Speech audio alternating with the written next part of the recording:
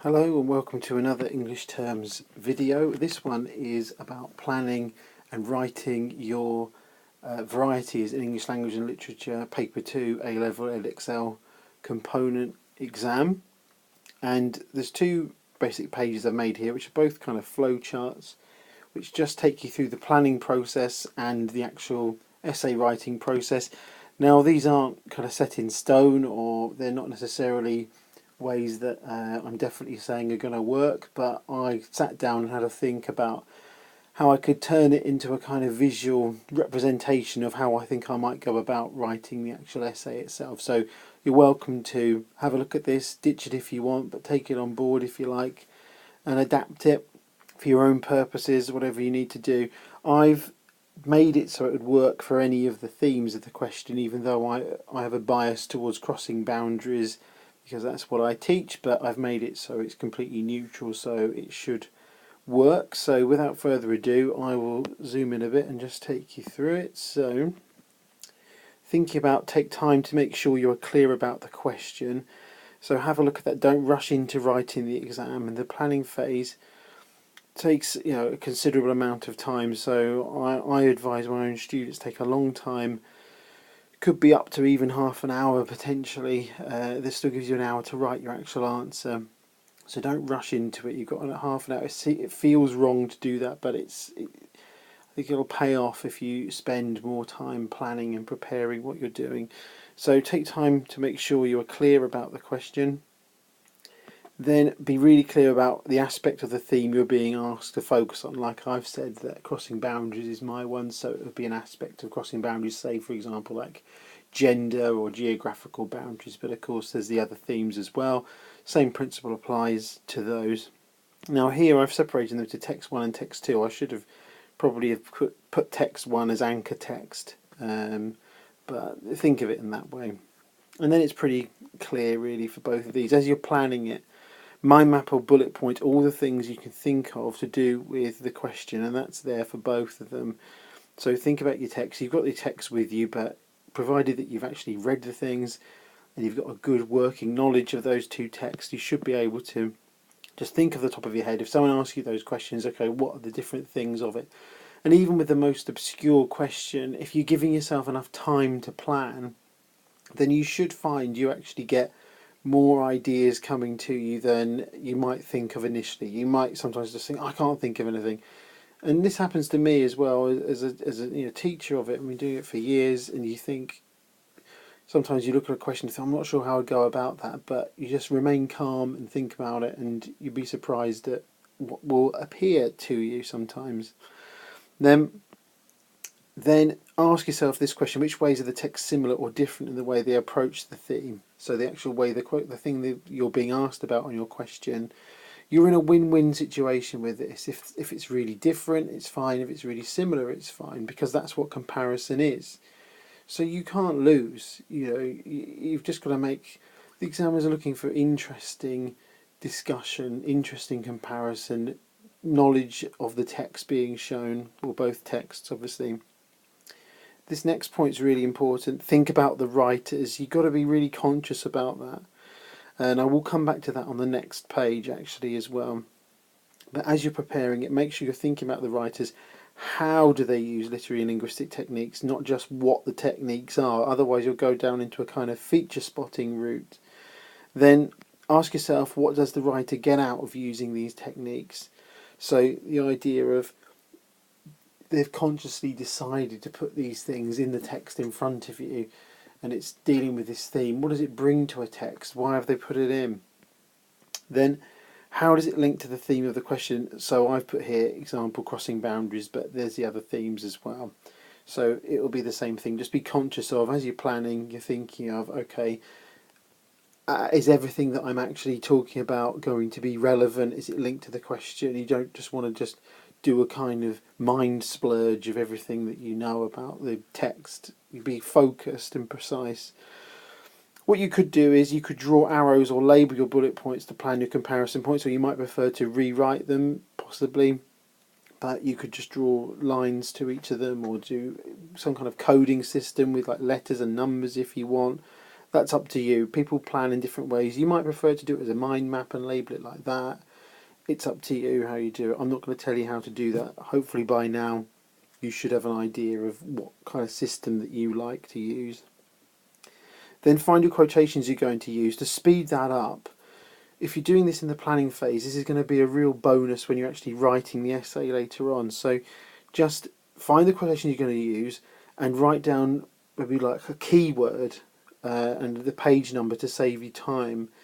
And it normally goes against the grain of things, like particularly with, say, if you're doing a Shakespeare play, like my students are, like with Twelfth Night, but it depends on what text you've got there. But it's going to be quicker if when you're planning your essay, if you know which page it's on, you're going to find it later on. When you're quoting it actually in the play, if you should be saying it's from which act and scene it is, not from the page number, because that's meaningless for a play. But certainly for your own planning purposes, just use a number and a keyword, so then you can actually write the whole quotation out later on as well. And really, when you're planning as well, you should be thinking of 3 to 5 ways the writers explore the theme in your text. So as you're thinking of it, this would have really ideally have actually come earlier looking at it. Now I'm looking at it now sitting here, but this is all really part of this doesn't necessarily all have to be in the exact order anyway. But make sure you've got an idea of 3 to 5 things that affect or that link to your actual question, and they're going to become the sections of your essay. And note I've said sections, not paragraphs, because that can be a bit limiting. I think sometimes people find they're planning and they're thinking by paragraph. Maybe it's too precise in some ways. You need a bit more flexibility. So I say sections. It gives you freedom to break off into, if you want to use 2 paragraphs to discuss the particular point, then you can. It's fine. It takes the pressure off you slightly. But anyway, that's page 1. And I will zoom out again there in case you want to have a look at that again and pause it or whatever you need to do. But I will now go on to the next page here. And this is actually one that covers, it's a nice multicoloured one, and it's meant to cover what you're doing when you're actually in the exam and you're actually writing it. So this is the idea. Obviously you can't take this in with you, but I've put it on YouTube so you can maybe memorize it or whatever, or just get used to it, or write a practice one using the system. It's up to you. It's all up to you. But anyway, so I've split it up into different sections here, and it's colour coded. So you've got your introduction, main body, and conclusion I've put there as well. So introduction, address the question. So when you're opening it, make sure you are referencing what you're being asked about. Make it really clear to the examiner that you know what you're doing. Mention the writers and establish relevant context as well. So you make sure, I'm going to be mentioning this a few times, you've got to bring in the names of the writers. I call it name checking them. You've got to keep referring to the writers all the time. And then don't write more than a quarter of a page for the introduction. So don't waste your time, because you don't get a lot of marks directly from it. You only get indirect marks from the actual introduction. It's not going to be, it's not the meat and potatoes. Sorry, any vegetarians out there. It's not the corn and potatoes, but it's not giving you a lot of marks directly. Save that for the main body of it. So that's why I recommend moving on pretty quickly with it there. So then there's the actual main body of the essay as well. So in our planning phase, we said about you should have identified 3 to 5 key areas for discussion. And I've said this a lot of times to my own students as well, save the more unusual one for last. So if you've got a slightly more unusual interpretation on the question, don't start with that one, because sometimes people think, oh, I'll start with the quirky one, it'll be impressive like that. Don't do that. Save that towards the end. I recommend putting that in before the conclusion. So give the marker what they're expecting, but good what they're expecting. Not just like a pedestrian thing, but good focused stuff. And then the quirky, imaginative interpretation, if it becomes apparent, you don't have to have it. It's not guaranteed for high marks or anything like that. But sometimes there is that quirky interpretation there at the aspect of the question. You can put that in. So each section may comprise of more than one paragraph, and I said that on the previous page earlier on in this video. So here you go. I've made this weird little loop here. So start with each paragraph with a topic sentence. I think it's going to be time for the special lightsaber pointer if it wants to cooperate. We will see. So start each paragraph with a topic sentence that links to question and theme. So that's really important. A topic sentence, it's a sentence that's going to link to the question. Open each paragraph with that. It will stop you from drifting off topic. Then you're going to introduce your idea, so whichever your point is. So it's going to be something like the writers, how they deal with a particular aspect of your question is going to be. And so with crossing boundaries, I mean, I'm more familiar with that, but I'm keeping this video fairly open in case that's not the one that you're doing. Make sure you use the writer's name. I'll just put that in there again as another reminder, because people do forget, and it will bring your marks down if you don't consciously refer to the writers and what they're doing. I'm thinking, if you don't mention the writers, how can you really ever address how and why they're doing these things? You just can't, can you? So you've got to be conscious of that. Explain that they use whichever linguistic or literary technique for whatever the effect is. So that's basically what I just said before then. So you're going to bring in, your idea might actually introduce a particular term, and so here then you're going to bring in some detail with your terminology there as well. Then bring in a quotation from the text. Make sure it isn't too long, so never over quote. They generally like quite short quotations, really. Don't go too mad, but if you do need to make a longer quotation, that's fine, but just remember to write equal to or preferably more in the amount of words than you've actually quoted. So it's just common sense, really. Do that and it'll help you from not wasting your quotations. Then explain how this technique works in relation to the theme. I put the theme of the question there. I just noticed that boo-boo there, but I try not to get too upset about it. So in relation to the theme of the question, as you explain it, use additional terms if possible to boost your AO1. So you're going to say how it works, and then as you're explaining how it works, you can throw in some extra terms as well.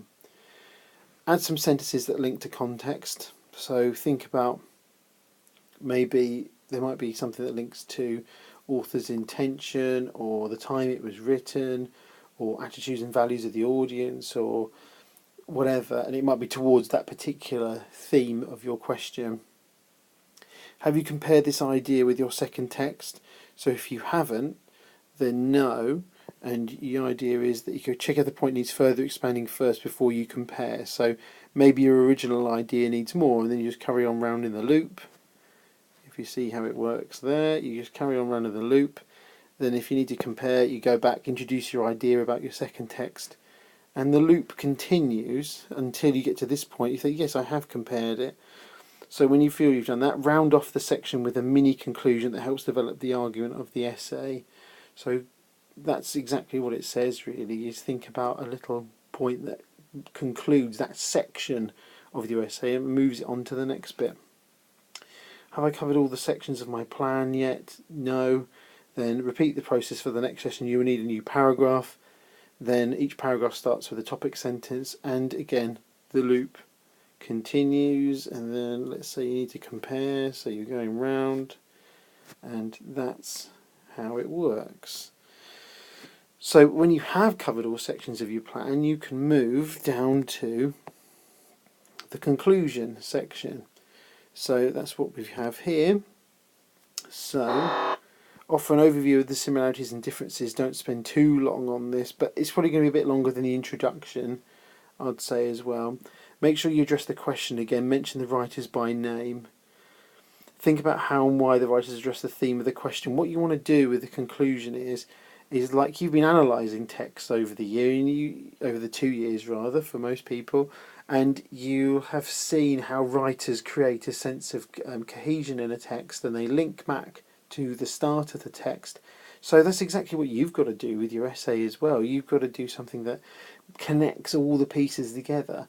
So if you've been doing what I was doing on the yellow section there and saying, like, using your topic sentences and keeping yourself on track, when you do your conclusion and link back to the question and explain it, it should all create a nice continuous thread between the beginning of the essay and the end of the essay. And that's it really. So I put the end, yeah, treat yourself to a biscuit. That's my idea of a joke. But you are welcome to treat yourself to a biscuit once you got to the end of that process. Then I also had another thing. I've got a bit of room at the bottom of this page that I've done. So I thought, well, okay, I'll put a general checklist, which would be quite good. So ask yourself, this is just general things to think about overall, which do make a difference. Have I used a variety of terms? Don't just do the easy stuff like lexis and phonology. I mean, it's not as if these things aren't valid, but if an essay is heavily loaded towards those, then the examiners know what you're playing at there. They know you're trying to pad it out and cover for deficiencies. It's not going to end brilliantly, let's put it like that. So some students do fall back onto that. Sometimes students thinks they're covering grammar when they're really just doing lexis, like they're just picking out all these proper nouns here and nouns and here's some pronouns. That's lexical stuff. So I would be wary of that, and so you've got a little bit of time to do some terminology revision if you're a bit shaky on your terms. And work with others is good advice as well. Anyway, that's a bit of a side issue. Have I consciously referred to the writers creating these characters and situations? So that's what I mean. If you don't do that, I know you don't. No one thinks these things were real necessarily, but if you're writing about a piece of fiction and you're writing about it as if characters are really doing stuff, that's what it looks like to the examiner. It looks like you think it's real, and you're losing all that stuff about the writer's craft and everything. So don't do that. It's not a healthy way to go.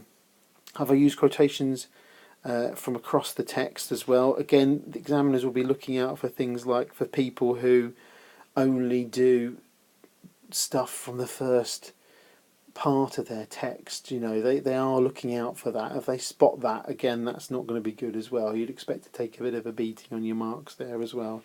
Have I fully explained my points? Don't just leave it for the reader to work out or infer what you're saying. It might not be as obvious as you think. You may have written it, but maybe it needs a bit more explanation. And I've seen plenty of pieces of work where someone could have added an extra sentence or two and it would have really boosted their marks because their point just needed more development. It just needed something a bit extra to say.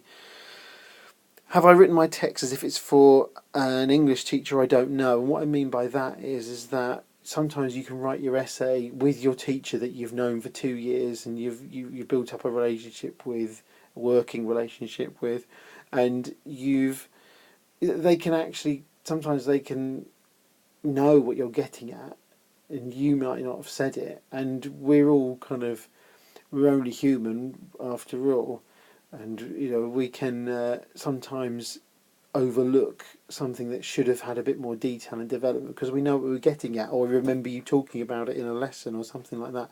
So I advise again everyone to write as if you're writing for another English teacher that you don't know, and that means you don't have to explain what the terms mean and those kind of things. So forget all that. You get the odd person who does that, but don't explain the terms, but just explain your points really well, and so they're fully developed and articulated. Have I written much more in analysis than the amount of words I in quotation? Anyway, you know what I'm getting at there. That's me writing late at night there. Is my spelling accurate? Obviously I would have failed that one there.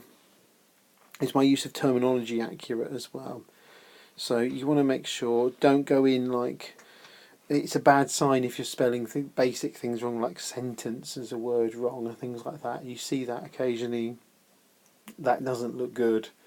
And while you're not necessarily going to be losing loads of marks, it does make the examiner look at it and think, this person's going to be doing this course for 2 years, or maybe they've been doing it intensively in 1 year, but they can't even spell sentence. So what'll happen then is, I think they're going to not really give you the benefit of the doubt sometimes. If there's a point which is on a bit of a knife edge and they think, okay, well, yeah, okay, I'll let them off with that one. If they've seen you writing simple errors or getting terms wrong, they're going to look at it and think, that person doesn't really know what they're talking about. They're probably, that's not really right. Do you see what I mean? So just be aware of that. But anyway, that is the flowcharts of planning. And like I said, feel free to adapt. There you go, you can pause and have a look at the whole thing there as well. might work for you.